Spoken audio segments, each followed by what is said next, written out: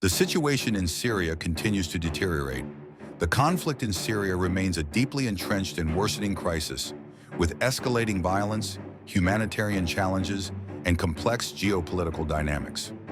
Recent developments underscore the dire state of affairs. Renewed violence.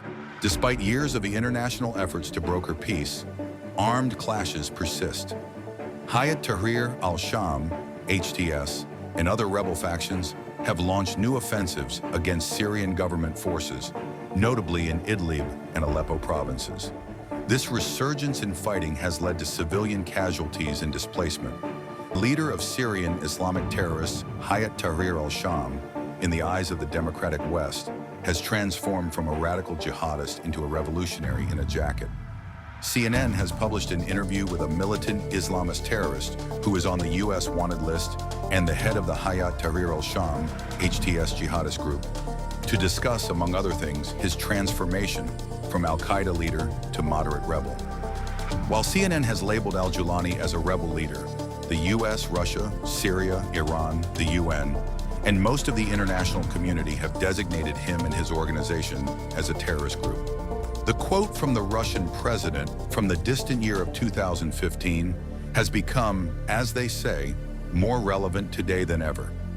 He says, "From now on, we are not going to be more Syrian than the Syrians themselves. And why should we be responsible for the failure of the Syrian army in the Iranian control zone? It is quite obvious that today our military capabilities in Syria are very limited. After 2020, Damascus, let's be honest, gradually moved away from Moscow towards Tehran. But for some reason, we have some blame on our generals for the failure in Aleppo. To a greater extent, probably, from resentment.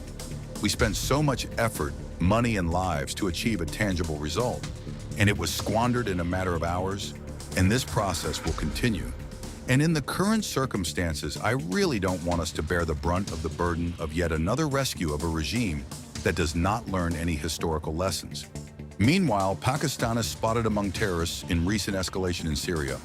Pakistani terrorists have been spotted fighting against government forces in Syria as clashes with militants continue. The situation in Syria requires urgent international attention, with increased humanitarian aid and a renewed commitment to a political resolution.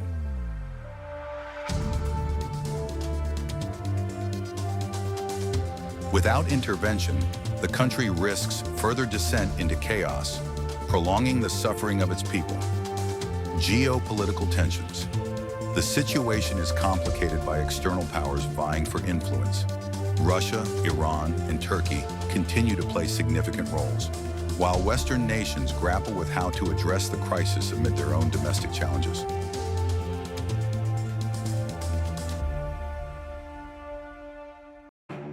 The lack of a unified international approach has hindered meaningful progress toward resolution. Economic decline. Syria's economy is in freefall, with skyrocketing inflation and a devalued currency compounding the hardships faced by ordinary citizens. Essential services, including healthcare and education, are barely functioning, deepening the crisis for the population.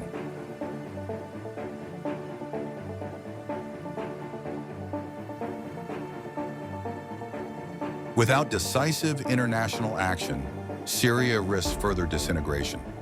Aid agencies are calling for increased funding to address immediate needs, while political analysts stress the importance of renewed diplomatic efforts to break the stalemate. Syria's future hinges on ending the violence, securing a political settlement, and rebuilding a devastated society. Russia and Iran back the Assad regime, providing military support to suppress opposition forces. Turkey, supporting rebel factions, has launched multiple cross-border operations, complicating its already fragile relationship with NATO allies. The United States and its partners are focused on countering ISIS, but face challenges balancing humanitarian goals with geopolitical priorities.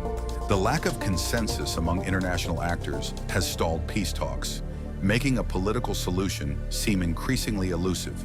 Conclusion: the conflict has become a proxy war involving major powers.